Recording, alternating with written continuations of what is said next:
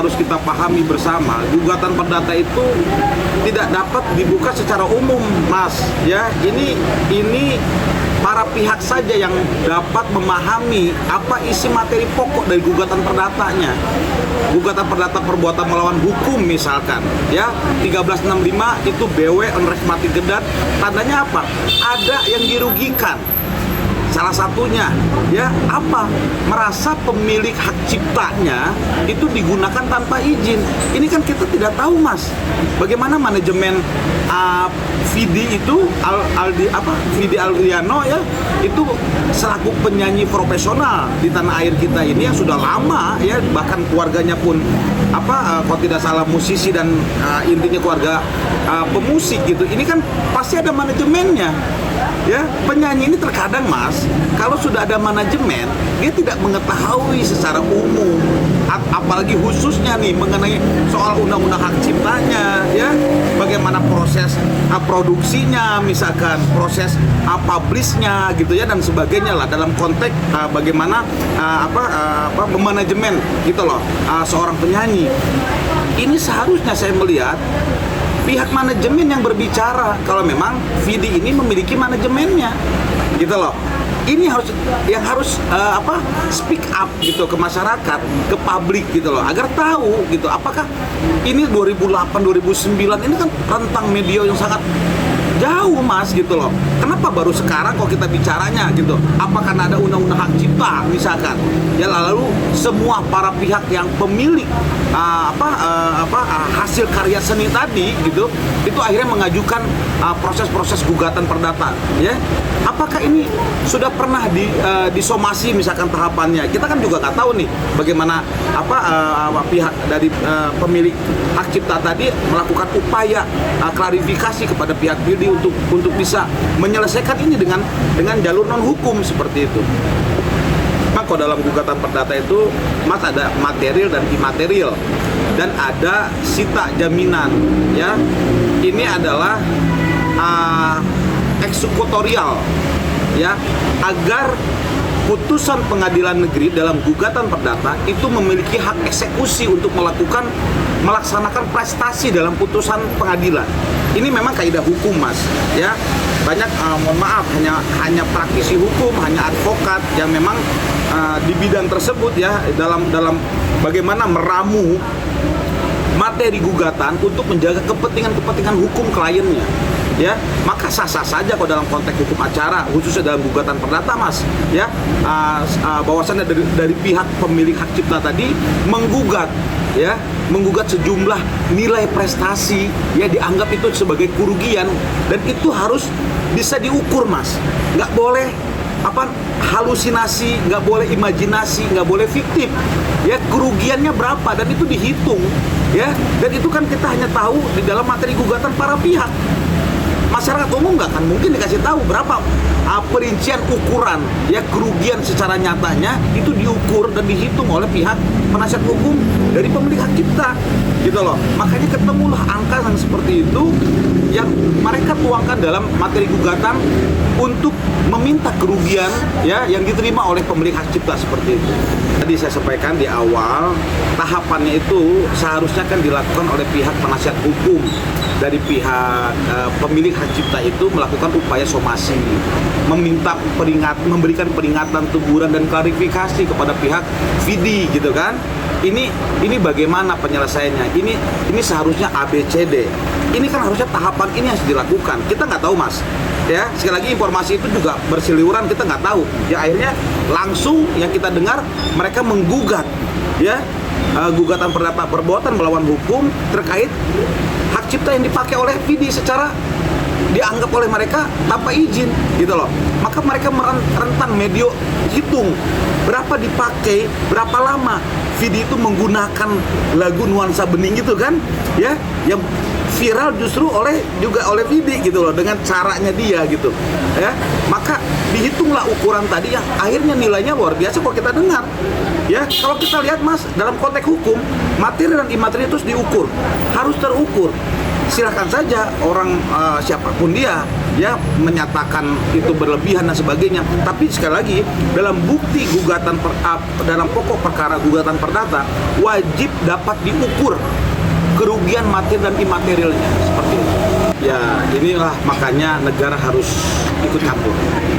Kita memiliki undang-undang hak cipta ya, kita juga ada lembaga atas turunan perintah dari undang-undang. Ini seharusnya kalau menurut saya semua pihak ini ya, kalau dilihat yang satu setuju dengan karyanya silahkan dinyanyikan ya, silahkan digunakan sebebas-bebasnya, dinikmati oleh masyarakat umum Indonesia misalkan kata Charlie tadi. Tapi ada sisi yang lain, musisi kita, pencipta lagu gitu kan, pemilik hak cipta itu tidak memperkenankan ya, silahkan kamu gunakan tapi kamu bayar royalti ke saya. Ini pandangan yang harus negara ikut campur Mas. Sampai kapan polemik debatable seperti ini terjadi gitu loh. Kita harus menghormati undang-undang hak cipta sebagai undang-undang peraturan kita ya, tetapi juga peraturan teknisnya nanti, peraturan menteri misalkan di bawahnya atas pelaksanaan juknya undang-undang itu harus juga mengakomodir semua pihak. Harus ada juga lembaga yang memiliki kewenangan dalam menghimpun ini semua. Jadi nggak ada ruang yang begitu banyak kita berdebat, penyanyi satu, pemilik lagu, pencipta lagu, ini saling berdebat. Yang satu tadi bilang boleh-boleh saja, bahkan saya senang hasil karya saya dinikmati oleh semua masyarakat Indonesia, dinyanyikan, bahkan terkenal. Yang satu tidak ingin Mas, dia harus ada royalti, kecuali misalkan ya oleh masyarakat umum biasa saja. Tapi kalau ada event-event dia dibayar. Ini kan apa tandanya? Ada pendapat yang berbeda dalam menginterpretasi undang-undang.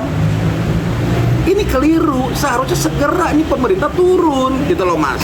Ini selesaikanlah polemik seperti ini, jangan ada lagi di negara kita. Kenapa ada undang-undang hak cipta Mas? Karena negara melindungi. Ini negara turun, negara ini peduli dengan hasil karya anak bangsanya.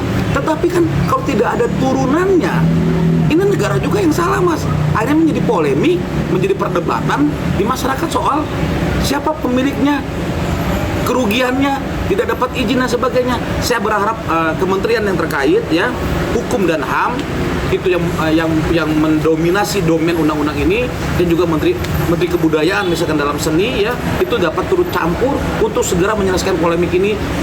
Para pemangku kepentingan khususnya dalam pelaku seni dan budaya di Indonesia seperti itu. Saya penikmat seni di Indonesia karena saya mengagumi, saya bangga hasil karya anak bangsa Indonesia dari dulu Mas.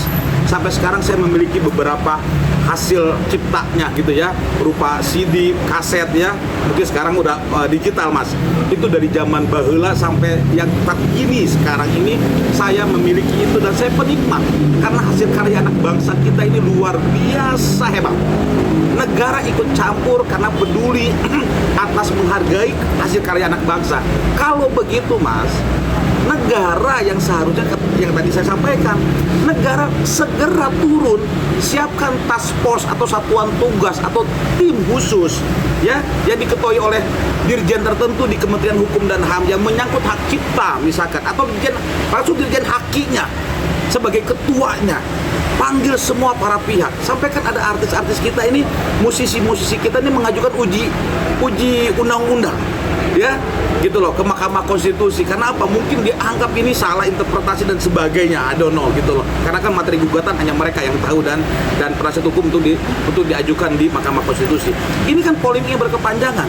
Ada kubu satu yang menginginkan itu silahkan bebas tanpa ada royalti. Yang satu mengharapkan. Saya mengakomodir dalam pandangan saya. Jujur Mas, saya memilih karena negara sudah turun, negara sudah menghargai hasil karya. Dalam pandangan saya, hasil karya anak bangsa kita hargai Mas. Saya lebih kepada menghargai hasil karya anak bangsa. Mohon maaf, tidak mudah bisa membuat suatu lagu yang indah yang kita nikmati puluhan tahun. Saya menghargai Mas. Film-film bangsa kita kayak Pak De Indro ya, yang sering tampil di setiap lebaran tapi ternyata nggak pernah dibayar tuh sama TV-nya. Tapi Pak Indro tuh sangat bijak. Ketika dia bicara begitu, TV akhirnya malu mungkin Mas. Dia akhirnya bayar gitu loh, berdasarkan undang-undang hak cipta yang saat ini. Kan itu elegan cara menyelesaikannya. Ya ada kepedulian. Ya tetapi kan Mas, nggak bisa juga ya kalau hanya berdasarkan kepedulian. Adanya undang-undang itu ada hak paksa Mas. Warga negara wajib untuk melaksanakannya. Jadi harapan saya ya segerakan task force, bentuk tim khusus diketuai oleh Dirjen Haki Kemenkumham, segera panggil semua pemangku kepentingan yang pro royalti misalkan, dan selanjutnya dan juga yang kubu yang memang mereka mempersilahkan masyarakat untuk menikmati. Saya pikir ini akan ketemu titik temunya, ya, musyawarah mufakat untuk kebaikan yang tidak mengganggu interpretasi undang-undang hak cipta yang sebenarnya apa. Asas undang-undang hak cipta itu adalah negara melindungi hasil karya anak bangsa.